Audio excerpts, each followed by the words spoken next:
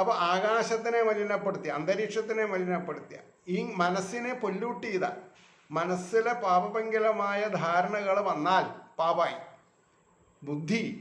കുബുദ്ധി വന്നാൽ ബുദ്ധിമുട്ടായി. സുബുദ്ധി തന്നെ നിൽക്കണം. അതിനാണ് പരമാത്മ ചൈതന്യത്തിനോട് എന്തേ പറയണ്ടു? നല്ല വിദ്യ തരണേ, നല്ല ബുദ്ധി തരണേ. എല്ലാമായി. അതുകൊണ്ട് നമുക്ക് അനുഭവിക്കാൻ പറ്റാത്തതായിട്ട് ഒന്നുമില്ല. അപ്പോൾ എൻ്റെ ഈ പ്രകൃതി അഷ്ടധ 8 വിധത്തിൽ ഭിന്നമായി ഇരിക്കുന്നു. ഇതിനെ മനസ്സിലാക്കണം.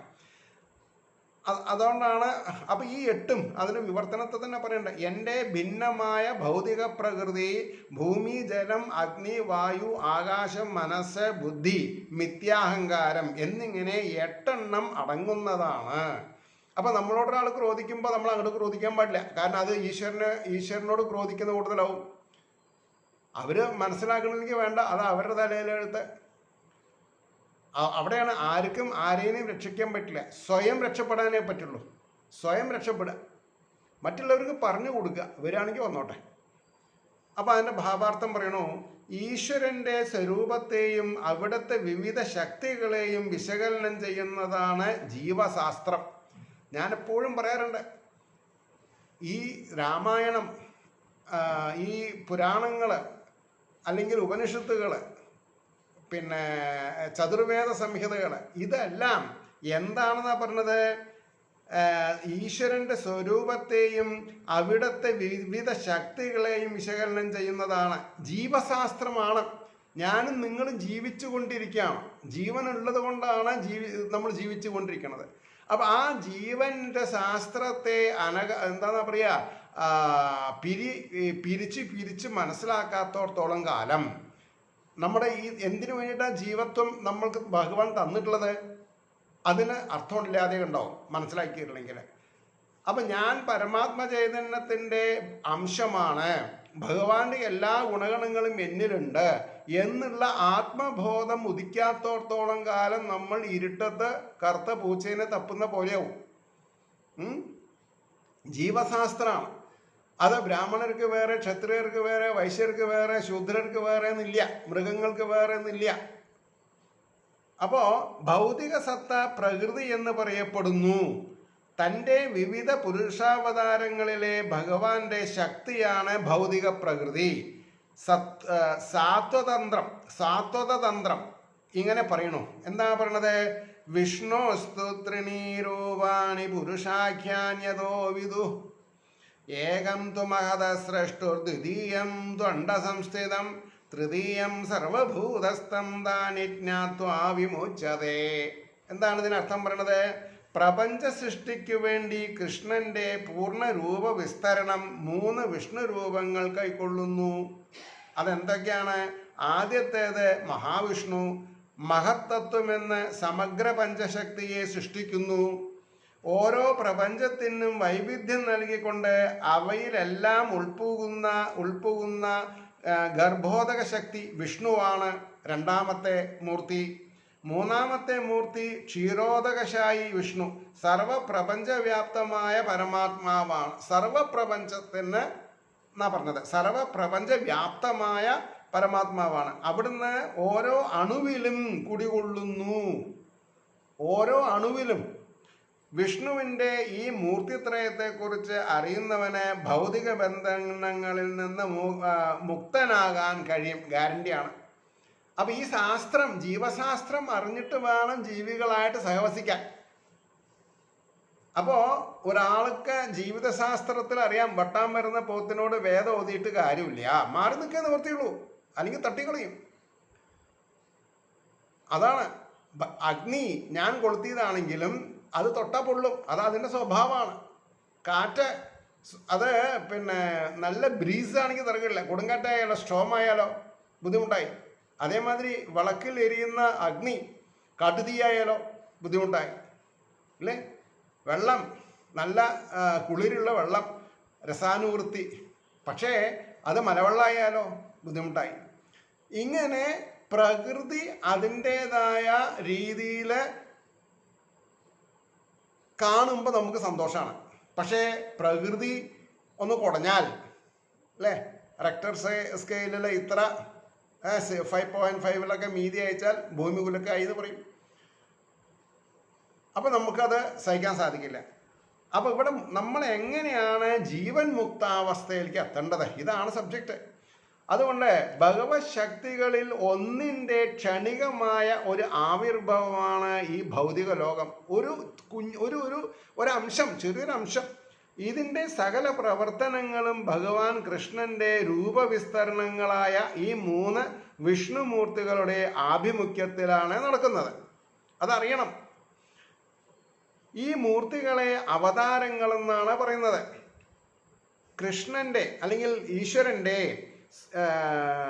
ഈ ശാസ്ത്രം ഗ്രഹിക്കാത്തവർ ഈ ലോകം ജീവസത്തകൾക്ക് സുഖിക്കാനുള്ളതാണെന്നും ഇതിന് കാരണഭൂതരും ആസ്വാദകരും അധീശരും പുരുഷന്മാർ ആ ജീവാത്മാക്കൾ തന്നെ എന്നുമത്രേ പൊതുവെ കരുതുന്നത്. നിരീശ്വരരുടെ ഈ നിഗമനം അപ്പം ഇങ്ങനെ നിഗമിക്കുന്നവരാരാ? ഈശ്വരൻ ഇല്ലാന്ന് വിചാരിക്കുന്ന ആൾക്കാർ. നിരീശ്വരരുടെ ഈ നിഗമനം ഭഗവത്ഗീതാ സിദ്ധാന്ത പ്രകാരം തെറ്റാണ്. പ്രകൃതി പ്രാദുർഭാവത്തിന് മൂലകാരണം സാക്ഷാൽ ശ്രീകൃഷ്ണൻ തന്നെ എന്ന് ഈ ശ്ലോകം സ്പഷ്ടമാക്കുന്നുണ്ട്. ശ്രീമദ് ഭാഗവതവും ഇങ്ങനെയാണ് പറയുന്നത്. ഭഗവാന്റെ ഭിന്ന ശക്തികളത്രേ ഭൗതിക പ്രപഞ്ചത്തിൻ്റെ ഘടകങ്ങൾ ഓരോന്നും. അപ്പോൾ ഒന്നിനും നമ്മൾ നിരാകരിക്കണ്ട.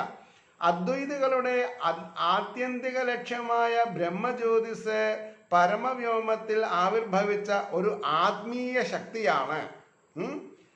അപ്പോൾ വൈകുണ്ഠ ലോകത്തിലുള്ളതുപോലെ ബ്രഹ്മജ്യോതിസിൽ ആത്മീയ വൈവിധ്യമില്ല, അത് മനസ്സിലാക്കണം. അവ്യക്തഗതവാദി ആത്യന്തികവും ശാശ്വതവുമായ ലക്ഷ്യമായി അതിനെ സ്വീകരിക്കുന്നു. പരമാത്മാവും ക്ഷീരോദകശായി വിഷ്ണുവിൻ്റെ ക്ഷണികവും സർവവ്യാപ്തവുമായ ഒരു ആവിർഭാവമാണ്. ആധ്യാത്മിക ലോകത്തിൽ ശാശ്വതമായ ഒന്നല്ല പരമാത്മ വിസ്തരണം എന്ന് മനസ്സിലാക്കണം. അങ്ങനെ യഥാർത്ഥമായ പരമസത്യം ഭഗവാൻ കൃഷ്ണൻ മാത്രമെന്ന് മനസ്സിലാക്കിയേ പറ്റൂ.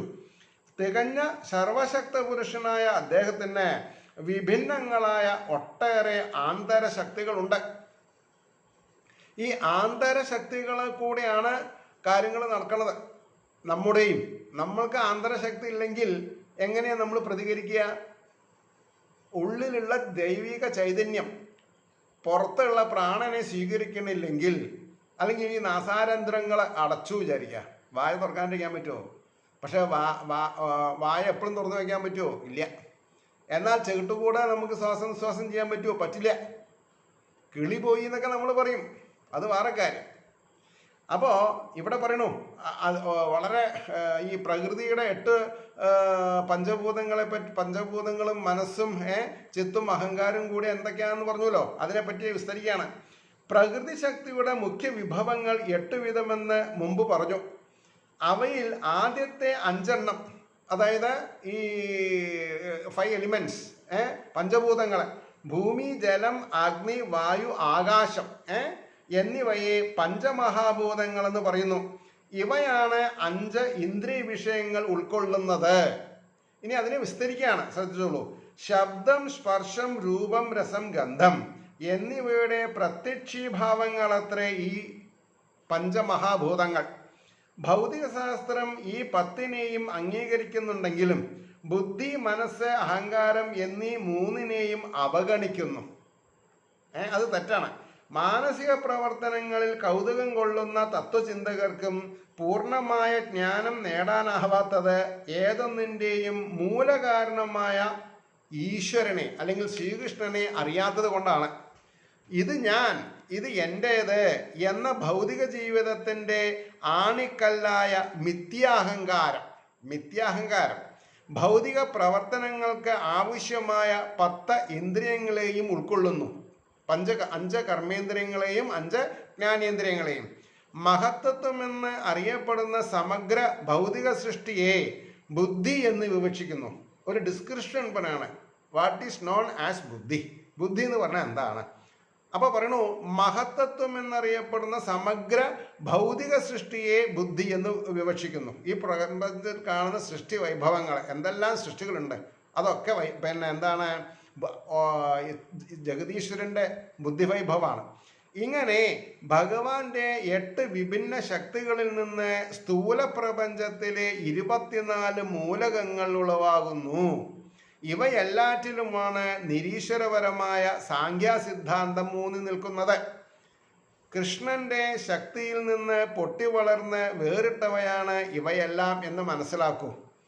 പക്ഷേ അറിവ് കുറഞ്ഞ സാങ്ക്യസിദ്ധാന്തികൾ കൃഷ്ണനാണ് സർവകാരണങ്ങൾക്കും കാരണമെന്ന് അറിയുന്നില്ല. അവർക്ക് ചർച്ചാ വിഷയമാകുന്നത് ഭഗവത്ഗീതയിൽ വിവരിച്ചിട്ടുള്ളത് പോലെ ഭഗവാന്റെ ബാഹ്യശക്തിയുടെ ആവിഷ്കാരം മാത്രമാണ്. അത് പോരാ, ആന്തരിക ശക്തിയെ കൂടി അറിയണം. അപ്പോൾ ഈ അധ്യായത്തിലുള്ള ഓരോ ശ്ലോകങ്ങളും വളരെ ലെങ്തി ഡിസ്ക്രിപ്ഷൻസാണ്. അത് 1-2 പ്രാവശ്യമൊക്കെ കേട്ടാൽ മാത്രമേ നമുക്ക് മനസ്സിലാവുള്ളൂ. ചെറിയൊരു നോട്ട് എഴുതുന്നത് നന്നായിരിക്കും. അപ്പോൾ 5-ാം ശ്ലോകത്തിൻ്റെ അർത്ഥം നമുക്ക് നാളെ പറയാം. It is more than 16 minutes now. കാരണം അതാണ് കൂടുതൽ ഘനമായിട്ടുള്ള കാര്യങ്ങൾ ജാസ്തി പറഞ്ഞിട്ട് കാര്യമില്ല, കുറേശ്ശെ പറയാം. അനുഭവിക്കാൻ ഭാഗ്യമുള്ളവർക്ക് അത് 1-2 പ്രാവശ്യം വായിച്ചിട്ട് കേട്ടിട്ട് മനസ്സിലാക്കാം. എല്ലാവർക്കും നന്മ നേരുന്നു. നാളെ കാണാം. നമസ്കാരം.